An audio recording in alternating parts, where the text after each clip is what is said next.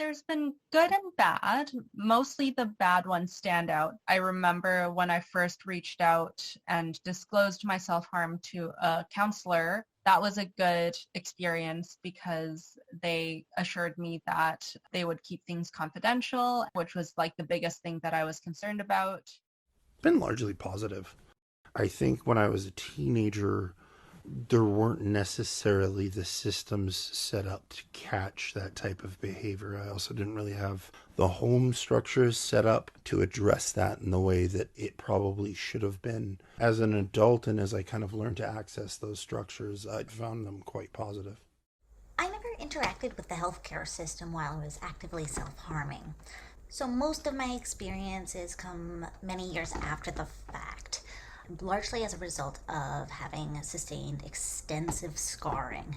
Every time I roll up my sleeve to get a vaccination or to donate blood, there is this moment of pure anxiety. And I've experienced the entire spectrum of reactions from healthcare professionals. The best I find are the nurses who don't even react, they don't stare. The worst reactions I've gotten have actually been from doctors. I remember in particular seeing my nephrologist, and when she rolled up my sleeves to take a blood pressure, she saw the scars on my arms, and she immediately started really in-depth questioning me around my history of self-harm and my mental health history. And really, I was just there because there was a bit of protein found in my urine. She knew that I was going into a healthcare profession at the time, and she told me, straight-faced, they were probably going to eat me alive. My experiences with the healthcare system, specifically around self-harm, is not a pleasant story to hear. I don't think I've ever had a positive interaction with the healthcare system when it comes to my self-harm.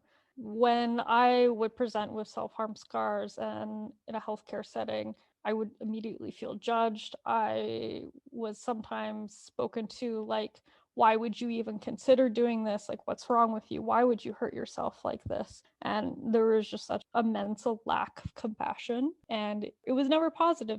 As a result of the care that I've received in the healthcare system for my self-harm, I learned how to do basic first aid. So I didn't have to go to see a nurse or a doctor to help clean my wounds or make me feel uncomfortable when I was really just vulnerable and needed support and compassion.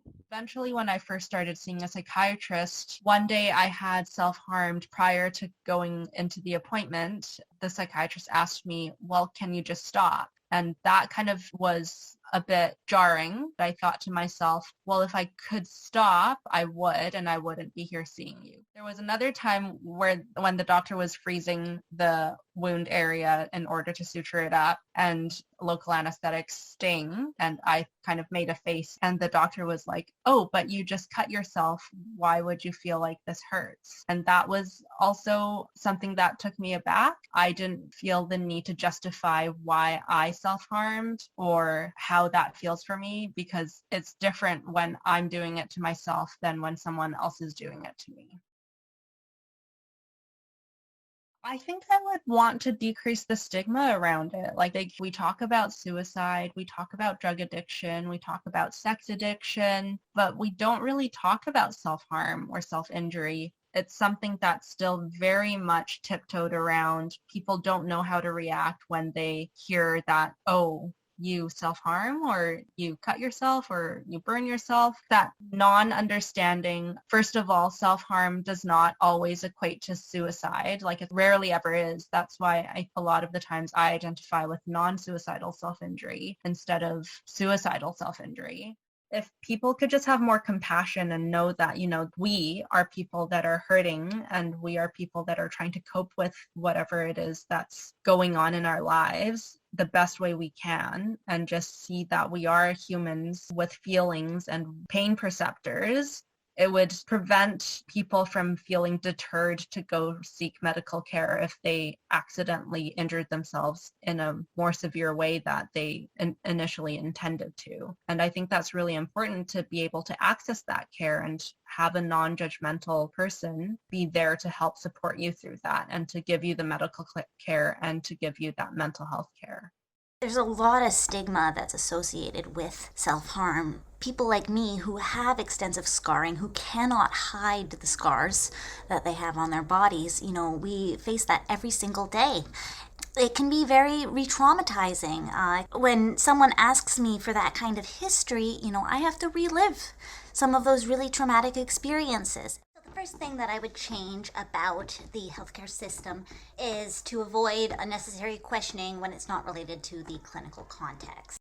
I know that a lot of practitioners prefer to ask the question about self-harm in a really direct manner. They say, don't soften your voice because it implies to the person that there's something wrong or there's a judgment around self-harm. But I've found as a patient, I really react against the direct line of questioning and that hard tone. It's very off-putting. When I ask questions about self-harm, I let my voice soften a bit to try to convey a certain amount of empathy and understanding that this is a really difficult topic to talk about. And I find that I get a lot better of a response from people by softening my voice. The way we look at self-harm in the healthcare system is like self-harm is this unicorn we've just seen in the wild, and we're not sure how to react to that because our minds go so many places when we see things we don't understand. So I think we need to first learn from the lived experience perspective, like how to actually approach someone in a way that makes them feel safe and supported. And that only comes from listening to the lived experience perspective, right? But I think we also need to look at our medical model of how we treat self-harm as maybe a diagnosis, and needing to expand the definition of what self-harm is, not just being cutting, not just being superficial tissue damage, but really looking at more behaviors that are problematic for individuals, but are also serving as a really good coping mechanism to help them survive whatever they need to survive. So I think we just need to revise the fundamentals of what we see as self-harm. I think there could probably be better mechanisms in place. I tend to think that this behavior will get worse over time if left alone, particularly in people who've developed it at a young age.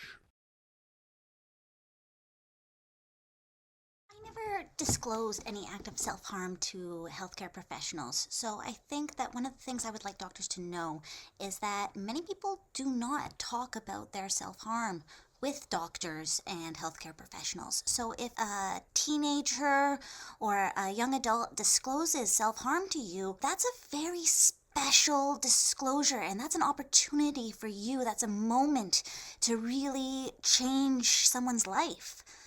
I would like pediatricians to know that a lot of adolescents who self-harm may not have proper wound care. As a result of not seeking help, I often had infected wounds that nobody else knew about.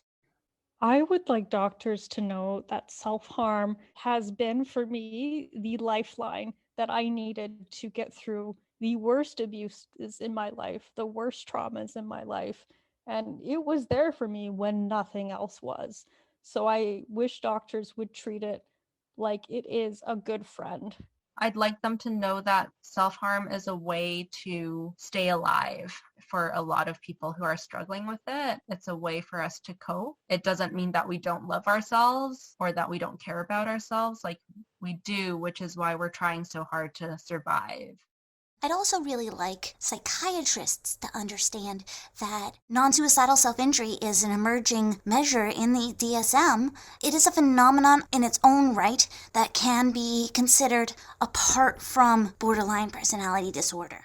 I'm not sure to what extent physicians currently understand it as more of an endorphin addiction than anything. A chemical addiction being satisfied through physical behavior, and looking at it not necessarily through the lens of either suicidal or borderline tendencies, but more as almost akin to addictive behavior. it's important to maybe understand that other practitioners struggle with this. And as a professional of myself in the mental health and substance use field, I just want people to know that if you are a professional, that is a very okay struggle to have.